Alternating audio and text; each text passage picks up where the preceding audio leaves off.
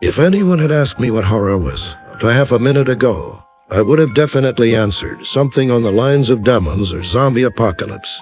But nothing could have prepared me for the shock of seeing two identical faces, two indistinguishable beings, staring back at me from the yellow photograph that fell out of my wife's sister's memorial. The more I stare at the picture, the more subtle differences I notice. I could definitely tell my wife from her twin in the picture. Maybe for the fact that her smile never had the grinny appearance, or maybe because her eyes are a lighter shade of brown.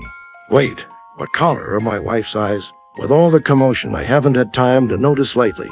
I always complimented her about the expression of her eyes, their ability to communicate her feelings or emotions to whoever she was talking to. As I turned the picture over, I saw a single sentence written with a fading ink. I have always admired you, always wanted to be like you, always wanted to be you.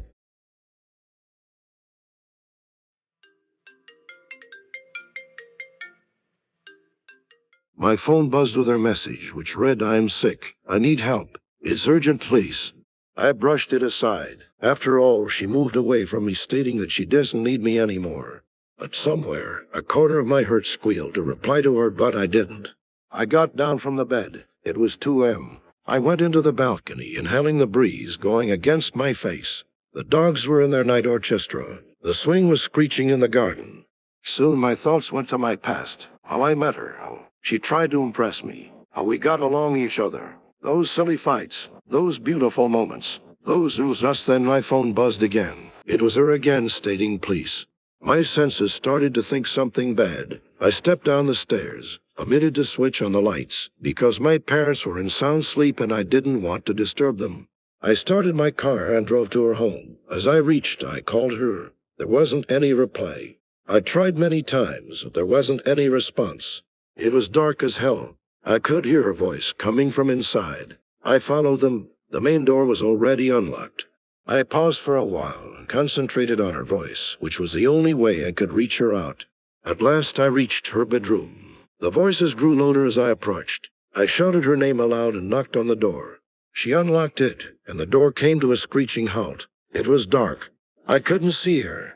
I passed my head across the wall and switched on the light. There was no one. Suddenly someone kicked me from behind, and I fell on the bed with a thud. I turned around to see. My sight was going hazy. I rubbed my eyes, focusing on the silhouette. It was me, myself, or perhaps my doppelganger. I was shocked. She held his arms pointed towards me and mumbled in his ears. "Look, he was the one who tried to kill me. I am glad that you came here reading my messages." I couldn't understand anything. Is she thinking him to be me? Or am I looking with a different face? I looked into the mirror. That face was not mine. I had somebody else's face.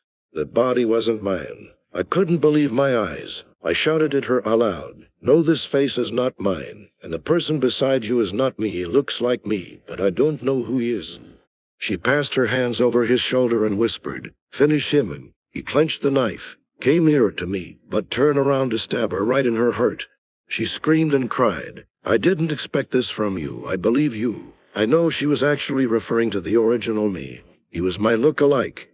Or who was he? As I revolted against him, he stabbed me too. There I was lying numb amidst the pool of blood. Her body was still. But suddenly a familiar voice came from behind. "Hear what happened. Relax. Maybe you had a bad dream." To which she whispered, "It's okay. I'm there for you." I went to sleep again, gazing at her, thinking, the worst nightmare is losing you, dear. I penned the story like any other. My mother shouted from downstairs, "James, it's already late. Turn off the lights and go to bed." I went into the balcony, felt the cool breeze, made my bed, and slowly slipped into sleep.